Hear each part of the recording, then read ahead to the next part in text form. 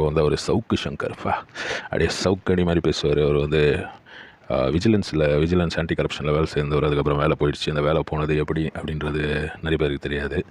ஏதோ ஒரு ஸ்கேம் பண்ணியிருக்காரு அப்படின்ற மாதிரி தான் வெளியில் நிறைய பேர் பேசிக்கிறாங்க. ஆனால் வந்து அவருடைய வெப்சைட்டில் அவர் சொல்கிற இதிலலாம் என்ன சொல்லுவார்னா, நான் வந்து ஆடியோ ரிலீஸ் பண்ணேன், அதனால் வந்து என்னை வந்து இது பண்ணிட்டாங்க. அதாவது இவர் வந்து ரொம்ப நியாயமானவர், இவர் வந்து ரொம்ப நேர்மையானவர்.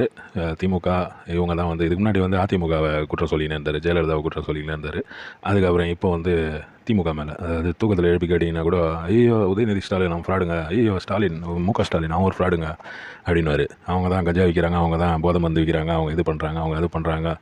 முதலமைச்சர் வந்து ஐபிஎல் பார்க்கலாமா அப்படின்ட்டு எல்லாம் கேட்டு இவர் பல விஷயம், ஏன் முதலமைச்சராக இருந்தால் ஐபிஎல் பார்க்கக்கூடாதா, முதலமைச்சர் இதுக்கு துபாய்க்கு போகிறாரு, அவர் வாட்ச் ஏன் 1.5 கோடி, அவர் ஏன் இப்படி இருக்காரு இப்படியே வந்து அதாவது ஸ்டாக்கிங் அப்படின்வாங்க. ஒரு ஆளை வந்து ரொம்ப பிடிச்சிருந்துட்டு அவங்க வந்து நம்மளை மதிக்காமல் போயிட்டா நம்மளுக்கு வர ஒரு மனநோய் அது. அந்த மாதிரி